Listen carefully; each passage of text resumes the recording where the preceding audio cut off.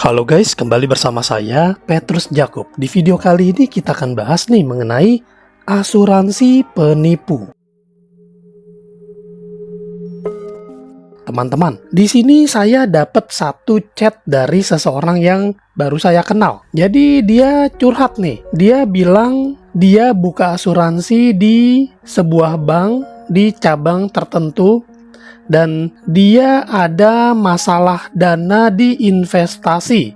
Oke, jadi saya coba dengerin dulu, saya coba simak dulu seperti apa sih permasalahan yang ibu ini alami. Dia bilang yang dijanjikan tidak sesuai dan polis sudah berjalan 6 tahun. Lalu dia bilang dia mau tarik dananya, tapi ternyata kerugiannya ada banyak. Dia bilang rugi banyak nih, jadi uangnya entah berantah, belum ada kejelasan. Nah, di sini teman-teman harus ambil perhatian sedikit ya. Saat kita mau beli produk asuransi, kita harus paham dulu term condition sama detail produk yang kita ambil. Jadi di sini ibu ini kecewa berat, sudah 6 tahun nyetor tapi dana investasinya ternyata tidak sesuai sama yang dijanjikan dan dia merasa rugi, bahkan ruginya nggak tanggung-tanggung tuh 110 juta. Nah jujur ini bukan nasabah saya ya, dan dia juga nggak sebut agennya siapa, dia cuma bilang ambil produknya ini di bank. Bahkan dia bilang dia ambil polisnya ini berdua sama anaknya.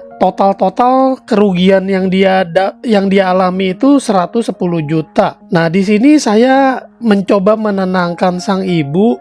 Saya bilang sepertinya ada misinformasi oleh marketing. Karena jujur ya, banyak sekali di luaran sana marketing nakal yang dengan segala cara menghalalkan berbagai cara agar closing dan menjanjikan yang manis-manisnya aja tuh. Padahal kalau kita perhatikan di dalam isi polisnya itu banyak sekali term conditionnya. Jadi pada saat menawarkan asuransi malah menjual investasi. Alih-alih menjual proteksi, malah menawarkan, menjanjikan, bahkan memberikan kepastian investasi. Padahal kita tahu ya, kalau produknya unit link itu investasinya itu nggak pasti. Nah di sini dia marah-marah terus ya. Dibilang di awal yang ditawarkan itu ada kebohongan. Jujur ya, saya kan nggak beserta dengan ibu itu pada saat ibu itu membeli asuransi. Jadi saya nggak tahu tuh produk apa yang diambil dan seperti apa penawaran dari si marketing. Nah dibilang kenapa di awal tidak dijelaskan lah. Kan saya juga bingung ya, kenapa si ibu ini jadi marah-marahnya ke saya, padahal kan belinya bukan di saya. Dia bilang aku dijeburin kayak begini, yang ditawarkan keuntungan, dan dia bilang apa yang 50 juta itu masuk ke kantong mereka. Bahkan ibu ini bilang, aku lihat orang-orang itu pada buncit perutnya. Waduh, udah mulai main fisik nih. Dan di sini saya suruh ibu itu untuk menghubungi customer service. Entah itu customer service dari bank tersebut ya, ataupun dari perusahaan asuransi. Dan dia bilang lagi proses pengecekan. Jadi dia lagi mau tanya-tanya ke orang yang kira-kira berhubungan dengan produk asuransi, yaitu saya. Dia cari di internet, dia ketemu nomor saya. Nah teman-teman harap perhatikan ya, asuransi itu ada yang namanya biaya ya. Asuransi itu kita membeli yang namanya proteksi.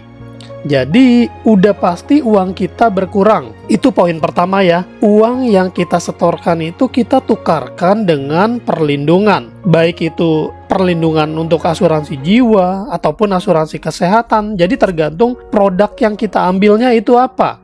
Tapi kalau di bank ini saya asumsikan ini asuransi jiwa nih. Jadi uang yang disetor itu selain dipotong dengan biaya asuransi, itu juga ada biaya lain-lain ya teman-teman ya. Ada yang namanya biaya administrasi, itu nggak terlalu gede sih.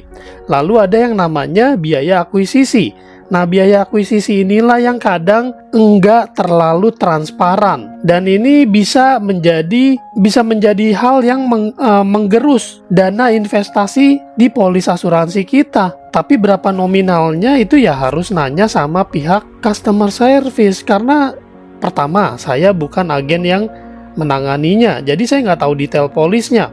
Lalu yang kedua ya, saya bukan cenayang. Dan inilah yang terjadi di masyarakat sana, di luaran sana. Banyak sekali orang-orang yang akhirnya menjadi kecewa, menjadi antipati terhadap asuransi. Jadi begitu mendengar kata asuransi udah langsung alergi dan nggak mau lagi tuh sama asuransi. Padahal kita tahu sendiri ya, tanpa asuransi kita adalah perusahaan asuransi buat keluarga kita. Artinya gini, kalau kita terjadi resiko baik untuk diri kita ataupun anggota keluarga kita, tetap harus bayar gak teman-teman? Kalau disuruh tindakan operasi, misalnya terjadi resiko kecelakaan lalu harus dilakukan tindakan operasi bedah, mau gak mau gak teman-teman melakukan operasi? No choice gak teman-teman untuk bayar biaya rumah sakit? Nah, itu artinya kita yang menanggung, kita yang menjadi perusahaan asuransi. Sedangkan ada pilihan nih, di saat kita sehat kita boleh tuh ambil pilihan berasuransi. Kita sisihkan uang kita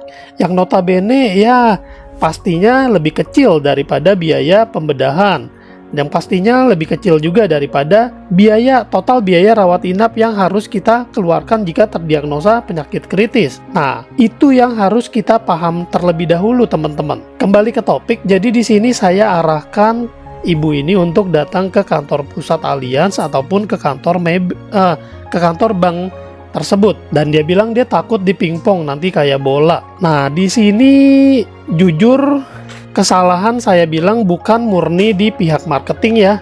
Jadi kita sendiri sebagai pengguna, sebagai customer juga udah boleh nih melek dan memperhatikan seperti apa sih produk asuransi yang ingin kita ambil, dan kita harus benar-benar paham dana investasi di asuransi ini yang dijanjikan seperti apa, apakah benar-benar dipastikan atau hanya perkiraan. Jujur untuk saat ini di akhir-akhir ini banyak sekali ya produk asuransi yang memberikan kepastian investasi atau mungkin dana kembali. Itu nggak salah, itu ada juga yang seperti itu.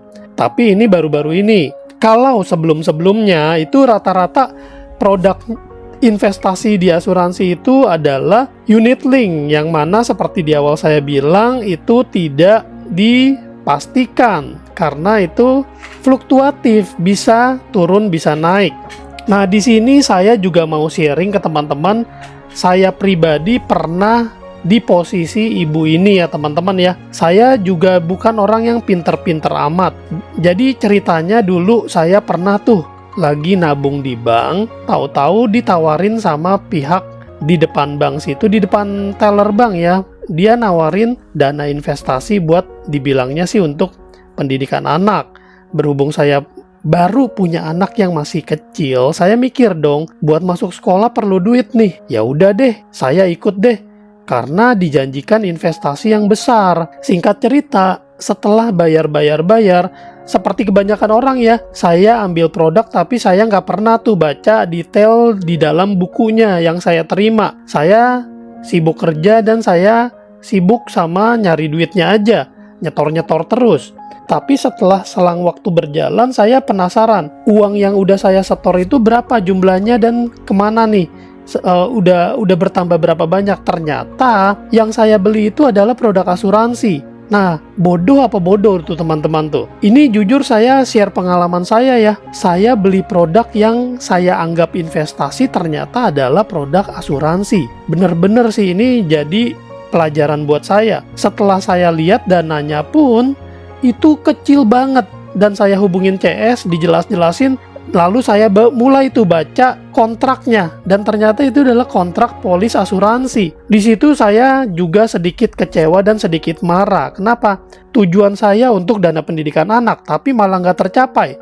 Uang yang saya setor malah habis setengahnya, bahkan kayaknya nggak sampai setengahnya, lebih dari setengahnya maksud saya. Jadi dari situ saya jadi melek, saya jadi mulai aware. Tapi apakah saya kecewa sama asuransi? Awalnya mungkin iya, tapi setelah saya mulai menerima kenyataan bahwa yang salah adalah saya sendiri dan juga pihak marketing yang nakal, dia nggak sebut tentang asuransi. Saya mulai menerima dan saya mulai mempelajari supaya saya enggak jatuh ke lubang yang sama. Nah, titik baliknya apa? Titik baliknya pada saat di 2006 itu kakak saya meninggal dunia dan orang tua saya menerima uang warisan. Di situ saya mulai melek dan mulai percaya tuh bahwa asuransi itu ternyata beneran loh. Ternyata asuransi itu membayar loh. Jadilah saya mulai berasuransi. Dan saya mulai menjadi agen asuransi di 2015 akhir. Nah, kembali ke topik asuransi itu, nah si ibu ini juga bilang itu bayar seumur hidup kan. Kalau bayar seumur hidup apa enggaknya ini tergantung produk ya teman-teman ya. Ada kok produk yang bayarnya 5 tahun atau mungkin 10 tahun atau 15 tahun. Tapi ada juga yang bayar seumur hidup. Jadi kita harus tahu dulu tuh produk yang kita ambil seperti apa. Dan di sini dia bilang pembayaran sama di polis kalau dihitung-hitung juga sepadan sama aja. Kenapa nggak nabung aja? Sebenarnya udah aman. Mereka minta belas kasihan di awal. Maksudnya gimana nih? Nah, ibu ini jujur kalau saya bilang sih masih belum dapat esensi dari asuransi ya. Karena dia bilang asuransi sama enggak itu sama aja. Enggak gitu juga teman-teman. Kenapa? Karena kalau berkaca dari uang yang dana warisan yang diterima oleh orang tua saya, jujur kakak saya waktu itu cuma baru entah 1 atau 2 tahun lah baru bergabung menjadi nasabah. Kalau dihitung-hitung premi 500.000 sebulan dikali 2 tahun baru terkumpul 12 juta, tapi orang tua saya terima 200 juta kala itu. Jadi hitung-hitungannya beda ya, nabung sendiri sama asuransi. Nah, kalau tujuan kita adalah menikmati dana di hari tua, kita harus ambil produk yang ada dana kembali di hari tua. Kalau di Allianz sendiri ada namanya produk Allianz Pasti. Itu ada uang yang cair, udah pasti cair ya, namanya Allianz Pasti. Cair 100% uang pertanggungan di usia 86. Itu udah pasti. Tapi kalau teman-teman merasa, oh usia 86 itu terlalu lama, ada juga produk namanya Legacy Max. Itu cair dana di tahun ke-25 usia polis. Nah, silakan teman-teman timbang-timbang sendiri mana yang cocok nih sama teman-teman. Tapi kalau teman-teman bilang itu 25 tahun pun masih kelamaan, saran saya investasi di deposito aja, atau di reksadana, atau di investasi emas aja, beli emas sendiri. Atau investasi yang lain, terserah. Teman-teman mungkin lebih pinter soal investasi. Nah, di sini saya cuma mau share pengalaman yang saya terima dari hasil pembicaraan saya dengan si ibu ini. Semoga ibu ini nggak menjadi kecewa dan nggak menjadi anti terhadap asuransi ya. Dan semoga video ini boleh menginspirasi teman-teman semua dan boleh membantu nih buat teman-teman semua. Jangan lupa dibagikan ya video ini ke teman-teman kalian lainnya supaya bisa bermanfaat. Sampai jumpa di video lainnya. Saya Petrus Jakub. Tuhan memberkati.